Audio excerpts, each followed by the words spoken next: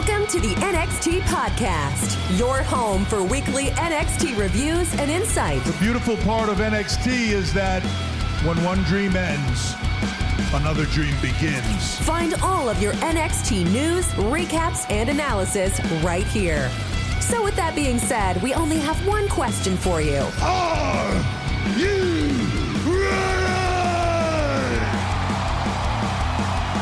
We thought so. Let's get the show started right now. All right, everyone. This is Memphis Mark coming to you from Mullet Manor.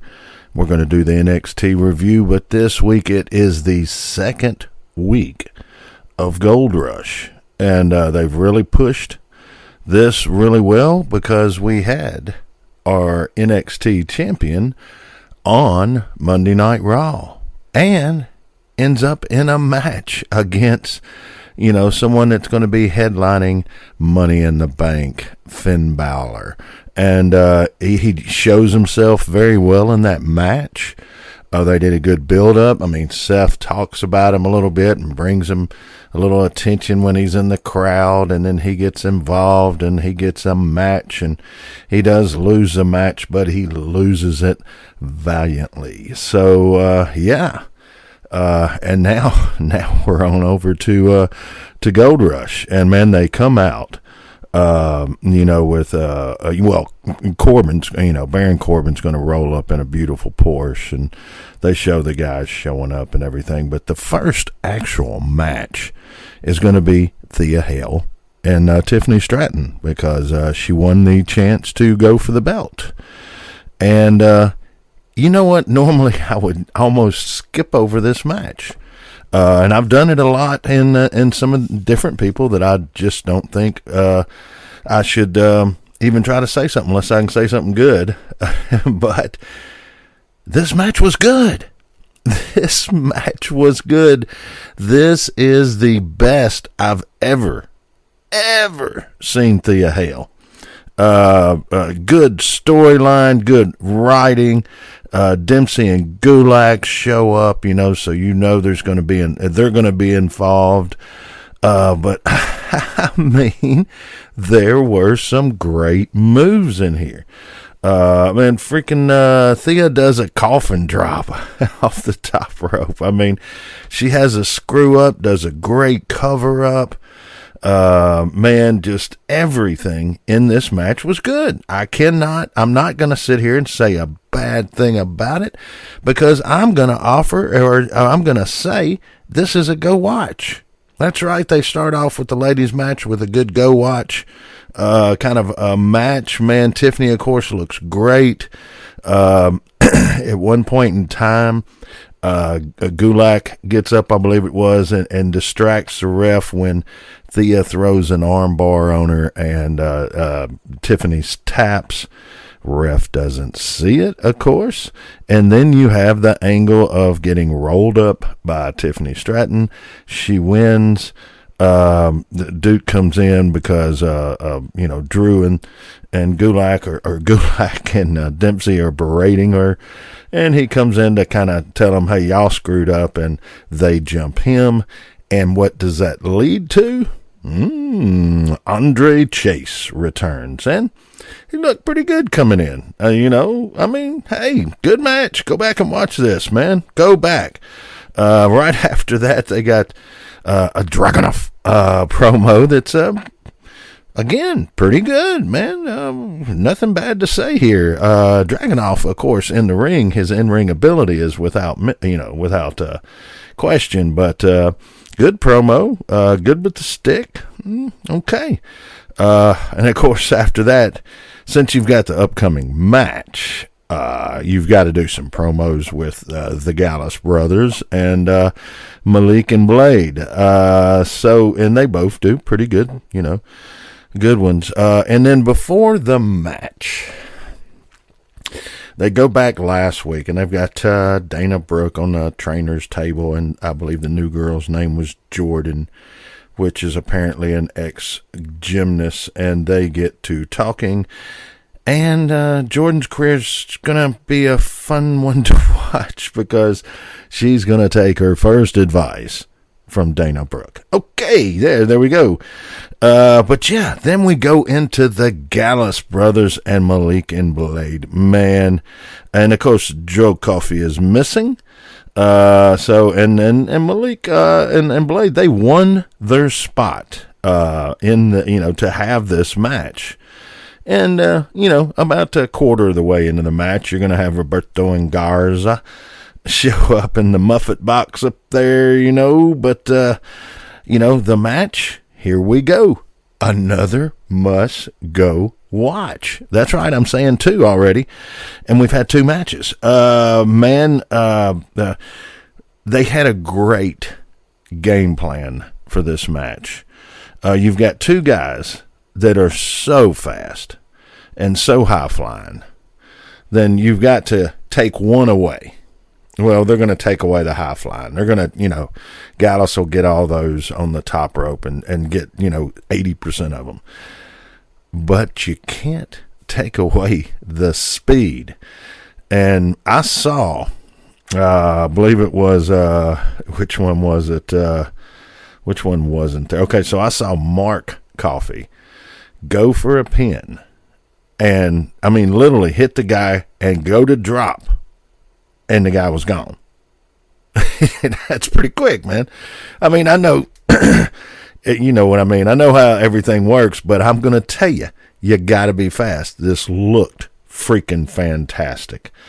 Everything in this match looked great. And Malik and Blade are, man, they are main roster worthy with this match in my eyes, man. I know they've got to work a little bit more on the stick, but man, they were making moves. Might I say, Midnight Expresses, a little rock and roll expresses. They were pretty freaking good.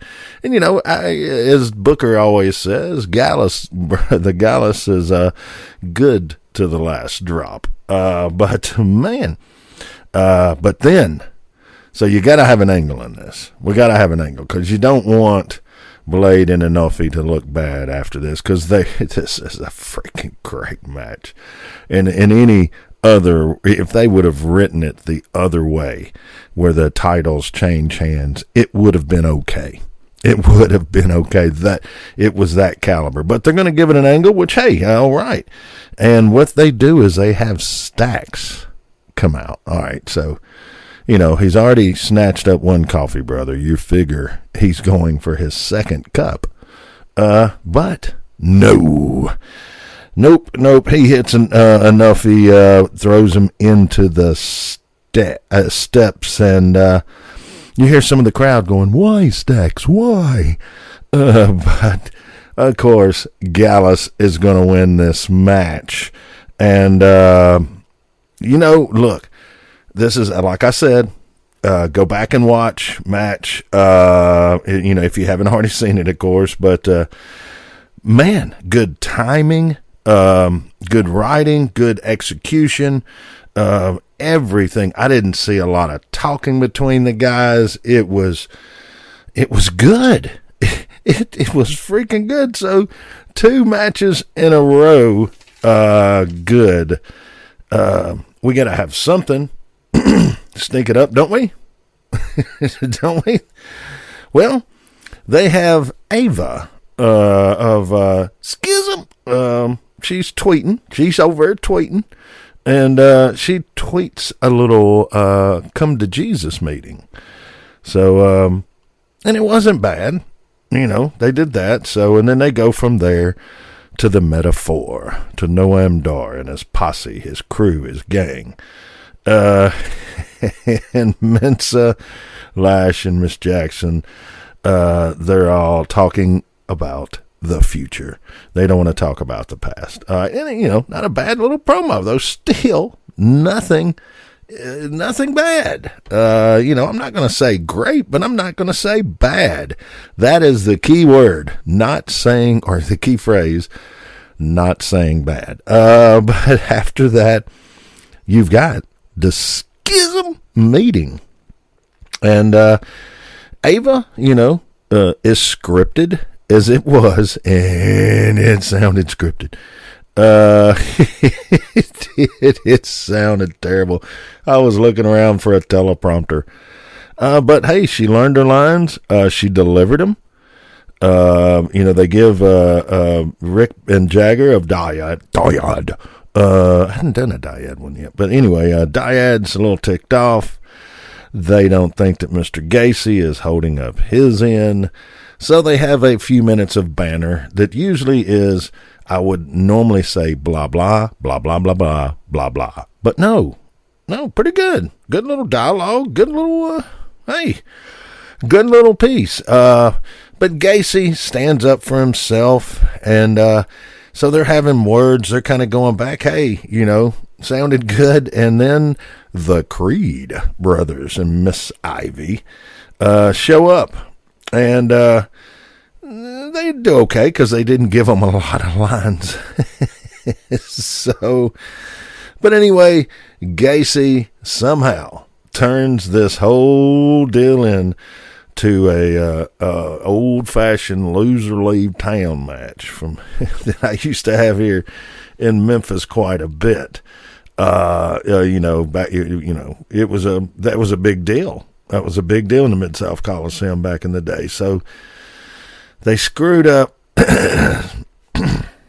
Excuse me. They screwed up my concession stands match over there, and so we'll see where they go with this. So yeah, there's going to be a loser leave NXT match. So is this for somebody to get a push? Are they pushing the Creed brothers up too quick? I don't know. Good little promo with this the new tag team coming in, Price and Nema. They're talking about the streets. But good little promo. They look like they've got the part, so we'll see how they do it in the ring. After that, you've got Hank and Pink, and Axiom and Scripps, and then Nathan Frazier coming out with that cup. That humongous cup. But anyway, Axiom wants it. Scripps tells him Scripted Scripps. That's his new name, Scripted Scripps, because I think they did have a teleprompter for him. But yeah, it's Axiom wants the belt, you see what I mean? The cup. But it looks like Nathan's going to try to hold on to it a little longer, but he's got a match coming up with Dragon Lee. And they announce, payback after the Great American Bash, I guess is going to be the next one. And then you got Mello and Trick getting ready for the main event.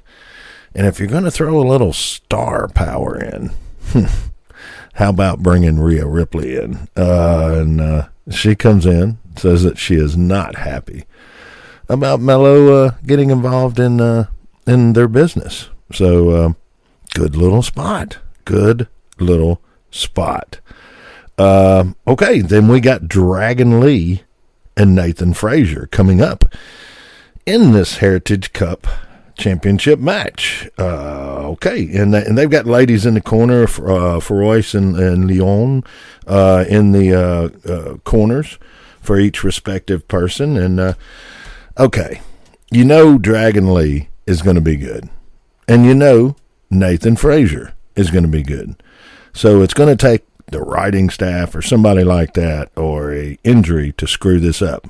Well, neither happened. Hey, man, this is another go back and watch, must-see type of match. Feel good. It makes you feel good afterwards. Of course, both of these guys are just tear-it-up type people anyway, but they tear it up type because it's a barn burner. They're both going move for move. The first two rounds, they're 3-minute rounds. And so the first two rounds, it's pretty much a draw. I mean, they're tearing it up, though. And Frazier wins the third, Lee wins the fourth, and then Frazier wins the fifth. as the clock is running out. So that'll be a little, if they want to do an angle on, but a good match. Does not disappoint. Solid. Just guys, go back and check this out. After that, you've got Eddie Thorpe doing a little promo for his upcoming match with Damon Kemp, and they've got Gable Stevenson up in here. And Gable is, if you don't know who he is, definitely go look him up, because he is in the wrestling world, the collegiate wrestling world, he is just a freaking, he's on like Mount Rushmore. He is good. The promo, not, nothing bad, but when they go and they do their little talking spots, they're not sweating.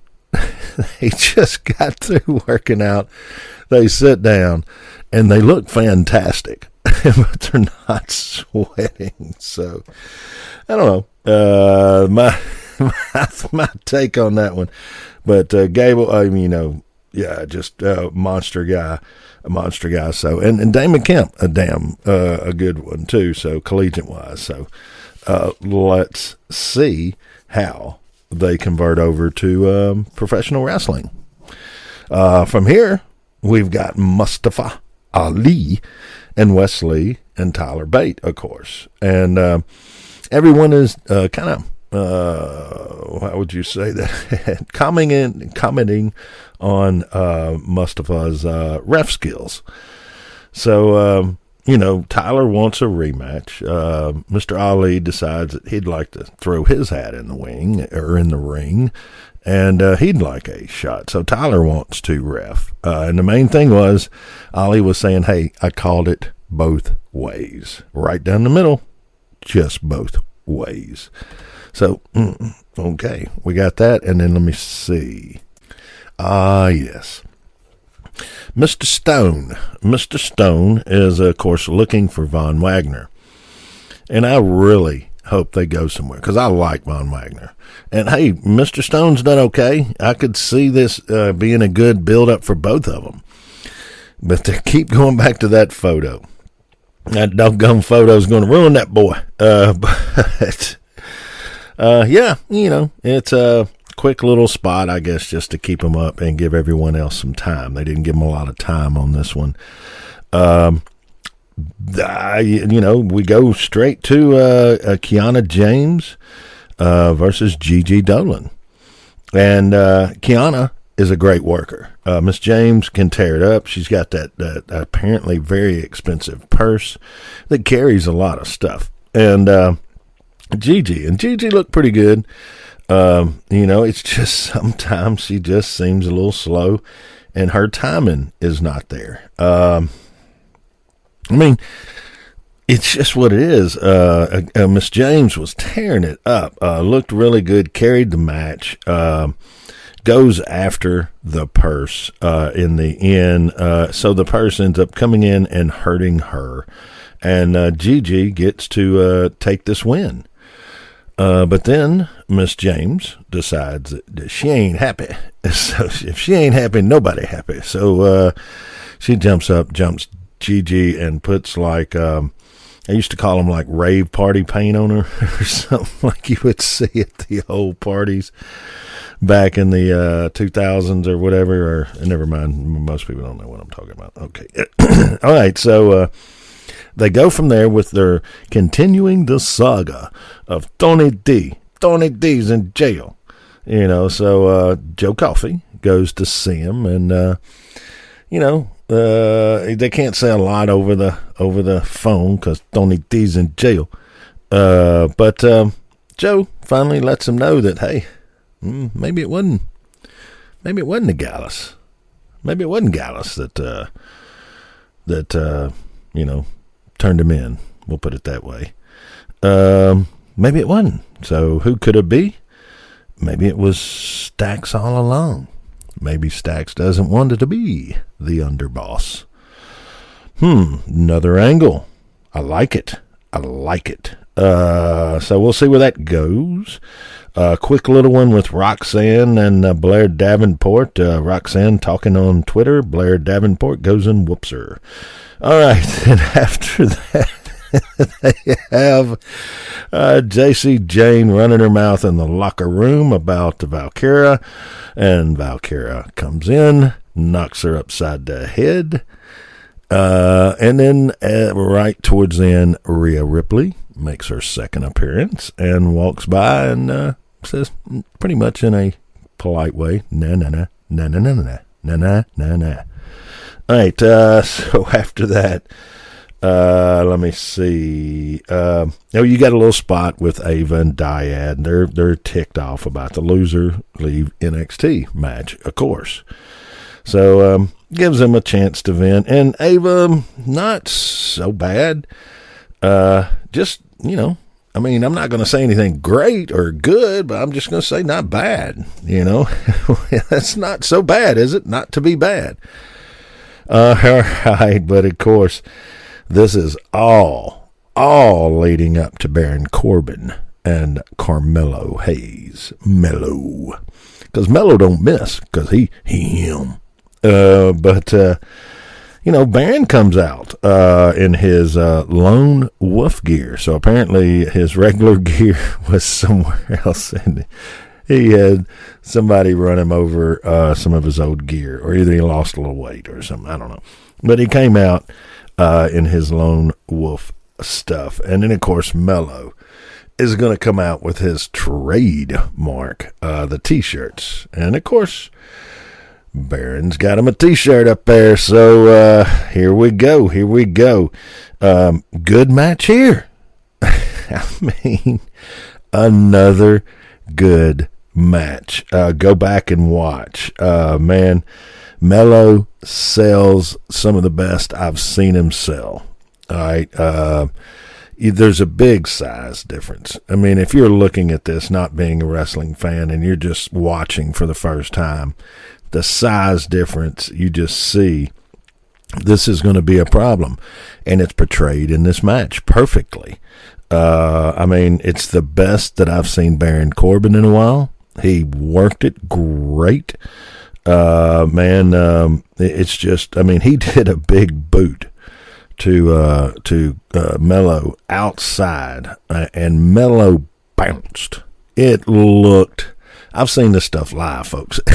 I'm going to tell you, it looked as good as you could make it look.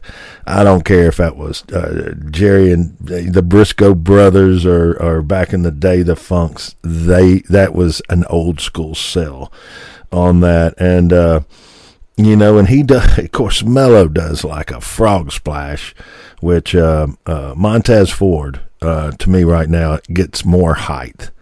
More airtime, more gliding, more possible FAA infractions because he gets up there. Well, Mello is getting there. He's not the, world-class, runner and sprinter like Montez, but man, oh man, this guy can fly. So he does a great frog splash. But during this match, Baron Corbin's, he ties his shoe in the middle of the match. He ties his shoe, and it still doesn't look bad. You can tie your shoe in the middle of the match, and it doesn't look bad. That's a good match. Baron gets Mello outside on the announcer's table, and he drops some elbows, and because the way everything's done, it looked great. It sounded great. Man, just freaking, I mean, go back and watch this, all right? And look, Baron puts on that deep six move he does, and he puts on the purtiest. I'm saying it was purty. That man spun that man around like he was on a merry-go-round and dropped him, and you're thinking, this is the end. But no, Mello kicks out of it. I mean, all right, I'm not going to go on anymore. Like I said, go back and watch this match. I will say this. That he don't miss or that final move, I'm sorry, guys, I had to explain it to some people. That's called a leg drop off the top rope. Okay, just wanted to make, he can call it what, and look, he does it so well, he can call it whatever he wants, because he don't miss. Him. But yeah, him gets the big win, and Baron Corbin takes a defeat, but he looks good doing it. A great match by him, I thought. So, hey, you think it's over. You think it's all done. But we haven't seen Braun Breaker all night. So, wonder where he's been. Well, apparently he's been in the office. He's been a bad, bad boy. And all you hear him hollering is, you can't control him. You can only hope to contain him, because, he's hollering, you can't control him, and he storms out. So, wow, that's how they kind of end it. I like that. You can't control him. You can only hope to contain him. It's an old reference. Never mind. But anyway, that is the end of the show. And, man, guys, normally I don't sit here and say, you just watch the show. Just go and watch it. Don't try to speed through it or you'll miss some good stuff, because there's some good stuff. Every one of these matches has got something in it good, but man, let's just go through the Dragon Lee Nathan Frazier. You're going to miss something if you don't watch that. Of course, Corbin Mello, you're going to miss something. Kiana James, you might miss her move. Gigi, you might want to watch that just for help to your comedy career. Just all kinds of things. Chase U. Chase U, good match. Thea Hale, I make a lot of jokes. And look, that girl tore it up, man. So I give credit where credit's due. I think they've been making her look bad, doing that Ultimate Warrior stuff. And she came out and looked great in this match. So, anyway, guys, that's going to be it. So it's the end of Gold Rush. And I guess we'll see how they do things next year or whatever. But I'm going to say the second one beat the first. Hey, that's what I'm going to say. This was a solid. Gold Rush 1 was good, but Gold Rush 2 was, I think, a little better. But that's just my opinion, and they're just like, you know what they're like. But all right, guys, we've been having some bad weather around me lately, so we haven't had power for about 24 hours. We didn't have power, so we're still catching up. But I'm glad that I got a chance to do this review. I thought I was going to have to maybe punt or go up and sound like crap, but I was able to get down into the Mullet Manor studios and get this taken care of. So thank you all for listening, of course, and we're just gonna I think we'll just end it here. No notes. Dana Brooke, they're gonna have Dana Brooke trained tonight. Yeah. Okay. No notes. Yeah. All right, guys. Well, look, this is Memphis Mark.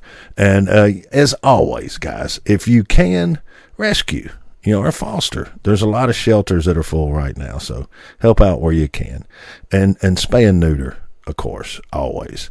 And you know what? This is Memphis Mark, and hey, whoa, I'm out. Must watch.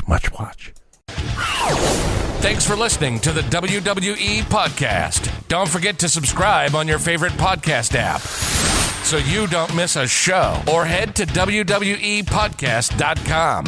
And for all of these shows ad-free, head over to patreon.com/WWE Podcast. Until then, we'll see you next time.